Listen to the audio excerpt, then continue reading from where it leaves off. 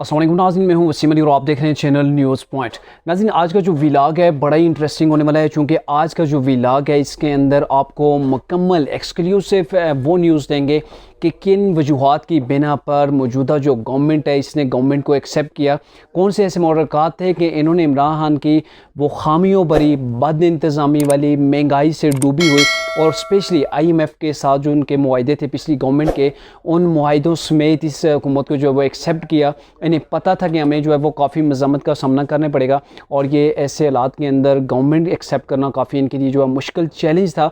किन वजूहात की बिना पर इन्होंने ये सारा जो है वो देखने के बावजूद कड़वा घूंट पड़ा, अपनी सियासत को जो है वो दाव पे लगा दिया, उसके पीछे कौन से मुहर्रिकात हैं, ये मेन सवाल है। और इसके हवाले से अगर आपको हम डिफ़ाइन करके अगर शॉर्ट जो है वो अल्फाज में अगर बताएं तो इसके पीछे दो अहम मुहर्रिकात थे, जिन मुहर्रिकात को देखते हुए PDM के जो मुश्तरका जो इनका इत्तेहाद था उन्होंने फ़ैसला किया कि हमें गवर्नमेंट ले लेनी चाहिए, भले इसका बदले हमें जो है वो काफ़ी सियासी खमियाजा भी भुगतना पड़े। तो उसका जो अहम जो मेन वजह थी, चूँकि इमरान खान ने 10 साल मज़ीद लगाने की जो है वो ऐलान किया था, और सिर्फ ऐलान ही नहीं किया था बल्कि इसको अमली जामा पहनाने के लिए उन्होंने एक प्लान मुरतब किया था। उस प्लान के ऊपर वो काफ़ी हद तक जो है वो काम कर चुके थे।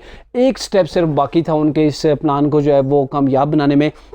और पहला जो उनका इनके दो हिस्सों में अगर डिवाइड करें तो एक हिस्सा जो आ जाता है वो EVM और ओवरसीज़ को वोट का हक देना। आपने देखा होगा कि बड़ी जदोजहद से, बड़ी कोशिश के साथ इमरान खान ने न सिर्फ पार्लियामेंट बल्कि सेनेट के अंदर से भी उन्होंने एड़ी चोटी का जोर लगाकर EVM का बिल मंजूर कराया। EVM का बिल मंजूर कराने के बाद उन्होंने ओवरसीज़ पाकिस्तानियों को भी उसी रोज़ जो है वो बिल पास करवाया कि ओवरसीज़ पाकिस्तानियों को भी वोट का जो है वो राइट दिया जाए।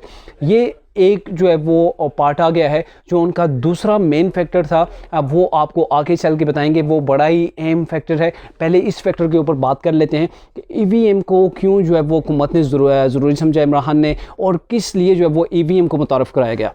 जैसे कि आपको पता है जो पाकिस्तान के अंदर वोटिंग का या इलेक्शन का जो पुराना तरीका था वो था, रवायती जो तरीका था वो बैलेट पेपर का था। और चूँकि आपको पता है कि बैलेट पेपर के अंदर कौन कौन सी खामियां हैं, कौन कौन सी जो है वहाँ पे धांधली के जो है वो किन किन जगहों पे कैसे कैसे जो है वो मौके होते हैं, कौन कौन से चांसेस होते हैं, वो सारी तकरीबन सियासी जमातों को भी पता है और तकरीबन हर वोटर को भी पता है कि कहाँ कहाँ से हमारे वोट जो है वो चोरी हो सकता है। तो ये वो चीज़ें थी जो पुरानी हो चुकी थी। जैसे आपने डेस्का के अंदर देखा कैसे प्रिजाइडिंग ऑफिसर को ही बक्स में जो है वो उठा लिया गया था।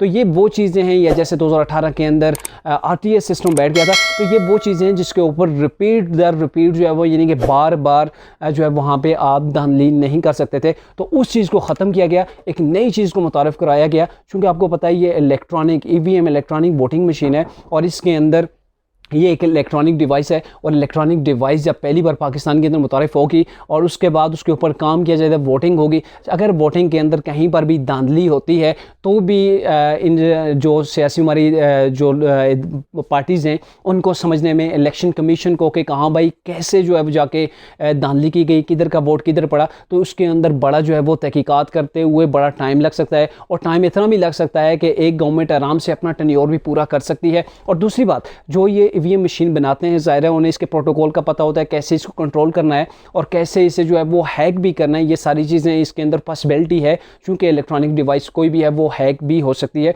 तो ये वो चीज़ें थी जिनका सहारा लिया जाना था अगले इलेक्शन के अंदर। और चूँकि ये सहारा इसलिए लिया जा रहा था चूँकि जो पिछले 3.25 साल गवर्नमेंट रही तरीके इंसाफ की, इमरान खान सब जानते थे कि अगर उनके 5 साल का टेन्योर पूरा हो गया तो उसके बाद आवाम के अंदर उनकी जो है वो काफ़ी वैल्यू डीवैल्यू हो जाएगी, उन्हें पब्लिक का वोट नहीं मिलेगा, क्योंकि वो जानते थे कि उनकी कारकर्दगी जो है वो सिफर है। इसीलिए वो EVM के ऊपर जोर दे रहे थे।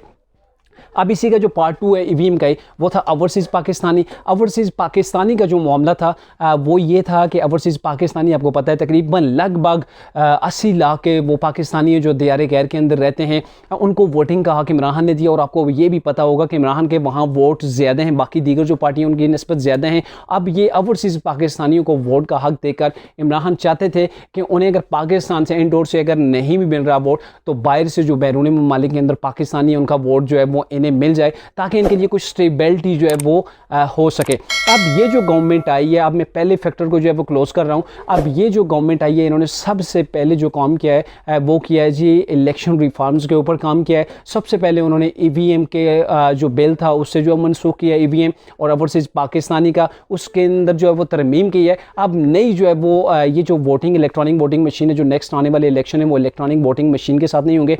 और अगर ओवरसीज़ पाकिस्तानियों को वोट का हक दिया गया तो उसके अंदर जो है वो काफ़ी बदलाव होगा, कुछ तब्दीलियाँ की जाएंगी, उसके बाद ही जो है वो उन्हें हक दिया जाएगा। अब आते हैं मेन दूसरे फैक्टर के ऊपर। क्या वजूहत थी कि ये जो खामियों भरी हुकूमत थी, इन्हें पता था कि इतनी महंगाई होगी, IMF के साथ मुआहदे हैं, इमरान ने कैसे मैशत को तबाह बर्बाद किया, ये सारी चीज़ें जानने के बाद, अपना सियासी नुकसान देखने के बाद PDM की गवर्नमेंट ने, PDM के इत्तेहादियों ने क्यों फैसला किया कि इमरान की हुकूमत जो है वो हमें ले लेनी चाहिए। और वो ये वजह, दूसरा अहम फैक्टर ये था कि चूँकि आपको पता है तकरीबन नवंबर के अंदर आर्मी चीफ की ने जो है वो उन्होंने उनका जो है वो टेन्योर पूरा हो जाना है, नए आर्मी चीफ ने उनकी जगह लेनी है। और इमरान खान ये चाहते थे कि वो नए आर्मी चीफ का इंतखाब खुद करें और उसके लिए जो एम नाम था, जो तरीके इंसाफ के पास था, वो फ़याज़ अमीद साहब का नाम था, उनका फैज़ लेना चाहते थे इमरान खान। और इसके हवाले से ये चीज़ वाज़ेह हो गई थी कि EVM इलेक्ट्रॉनिक वोटिंग मशीन और ओवरसीज़ का पाकिस्तानियों का एक तरीका वो था कि वहाँ से हम जो है वो कैसे वोट को लेंगे, कैसे वोट चोरी होगा। और दूसरा जो एम फैक्टर था वो ये था कि जनरल जो है वो जब चेंज हो जाएंगे, आर्मी चीफ नया आ जाएगा जनरल फ़ाइज़ हमीद, तो उसके हवाले से ये काफ़ी तासर पाया जाता है दूसरी जमातों के अंदर कि वो अगर आ जाते हैं तो इमरान खान को 10 साल गवर्नमेंट से कोई भी जो है वो हिला नहीं सकता था और इनकी बारियां नहीं आनी थी। यही वजह है कि इमरान खान एक तरफ तो अपनी गवर्नमेंट जाने के बाद जो है वो खुश हैं, उन्हें एक फेस सेविंग का मौका मिल चुका है। चूँकि जिस हालात के अंदर ये हुकूमत थी, शेख रशीद ने भी फरमाया है कि उन हालात के अंदर इन्हें जो है वो नेक्स्ट पब्लिक जो है वो इलेक्शन के अंदर इन्हें वोट कभी ना देते, तो इन्होंने सारा अपना बार जो है वो अपने सर ले लिया है। लेकिन जो इनका दूसरा पार्ट था वो फेल हो गया कि इन्होंने जो है वो नए आर्मी चीफ की जो है वो तैनाती नहीं कर सके। और नए आर्मी चीफ की जहाँ पर ये तैनाती नहीं कर सके तो उसकी वजह से इमरान खान जो है वो काफ़ी परेशानी के अंदर डूबे हुए हैं। और अभी नए इलेक्शन का फौरी मुतालबा इसलिए कर रहे हैं कि नए इलेक्शन को फौरी तौर पर करवाया जाए ताकि नवंबर से पहले नए आर्मी चीफ की तैनाती से कबल इन्हें मौका मिल जाए नए इलेक्शन की तरफ जाने का, और ताकि ये गवर्नमेंट जो मौजूदा गवर्नमेंट है ये अपनी मर्जी का आर्मी चीफ जो है वो ना ला सकें। तो ये दूसरा एम फैक्टर है जो इमरान खान साहब चाहते थे